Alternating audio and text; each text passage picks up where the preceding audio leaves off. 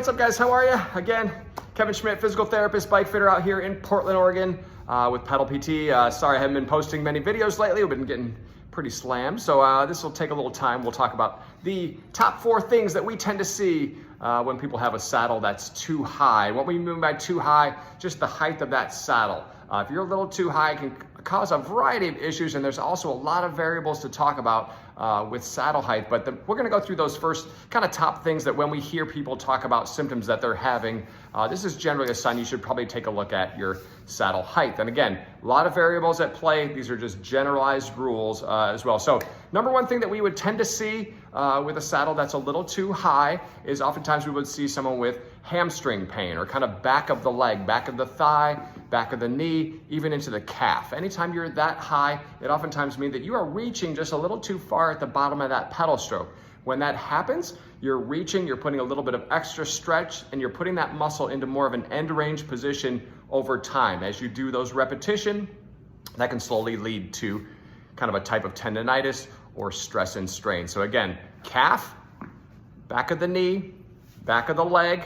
Also, we could throw that in there as well with saddle being too high. Generalized rule is also IT band pain, kind of more lateral, outside of the leg, outside that lateral side of your knee would generally be a rule or a common symptom of saddle being too high. Another reason, number 2 reason that we tend to see people with saddle a little bit too high is oftentimes they will come in with saddle pain or kind of complaints of saddle chafing, saddle numbness, things of that nature. Why that's the case is when we're on that saddle, if we are a little too high, oftentimes we are not able to fix and keep our pelvis locked down on the saddle. When that happens, and as we reach at the bottom of that pedal stroke, our pelvis will rock and slide on that saddle. Oftentimes that people that tend to try 45 different saddles and they continue to have pain with it, a lot of times the saddle is not at the right height or it's too high. Even if you had the most perfect saddle, the holy grail of all saddles, if your saddle is too high, you're still gonna get pain from that because you're gonna be sawing on that saddle or kind of rubbing on that saddle. So oftentimes we hear people talk about saddle pain, things of that nature. There's some other videos that I've done here about saddle pain as well, but a lot of times make sure that you're not reaching too far at the bottom of the pedal stroke, okay?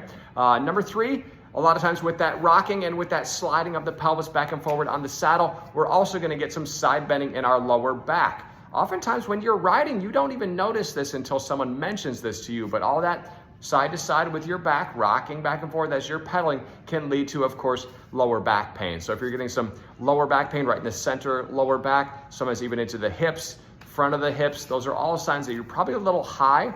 By dropping that down, you wanna make sure that the pelvis can kind of lock down, stay stationary, then as you pedal with your legs, your pelvis does not move at all.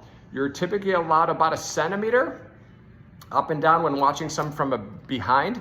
If they're going more than that or really rocking and sliding, that's usually a sign, also a telltale sign of sometimes lower back pain lead from that saddle being a little bit too high. The last thing that we do, and this is also kind of a tricky one too, because a lot of times it's combined with other aspects, but a lot of times we will see people actually with neck and shoulder pain. And the reason that is that when that saddle gets too high, because of the angle of that seat tube, I guess we can see in that bike behind me, with the angle of that seat tube right there, if that saddle keeps going up, it actually comes further away from the handlebars. So the higher the saddle, it actually increases your reach. You're gonna be a little bit farther away from those handlebars. When that happens, we start reaching, our shoulders get past roughly 90 degrees.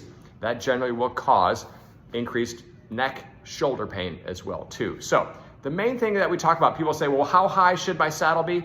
The generalized rule is, if in a generally rule is you want your knee, you want to have about 30 degrees to 35 degrees of knee bend at the bottom of the pedal stroke. You don't want your knee all the way straight, which I think is kind of like, it makes kind of sense. You would say, well, my knee straightens, so therefore when I'm pedaling, you want that knee as straight as it can go. You do not want that. You want about a 30-degree knee angle at the bottom, 30 to 35 degrees, give or take.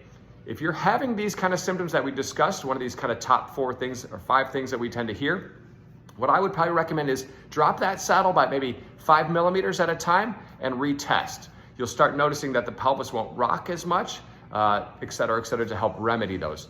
Other aspects of saddle position that to be key to look for is also saddle tilt. as well. Saddle nose up, nose down. That'll be kind of a whole different topic, but these are generalized rules to help you discover whether your saddle might be too high, that you can start lowering it to kind of reassess. So again, back of the knees, calf, lateral hips, IT band, lower back pain, saddle pain. Those are our general rules that we will tend to see with a saddle that's a bit too high. So again, keep those questions coming. You know, it's your questions that keep this channel going as well. If you found anything valuable here or enjoyed any of this content, if you learned anything, please comment below and be sure to subscribe so when we can send those videos out, you guys will be ready for the next edition there. So again, Kevin Schmidt, physical therapist out here in Portland, Oregon. Thanks for tuning in. We'll see you next time. Cheers.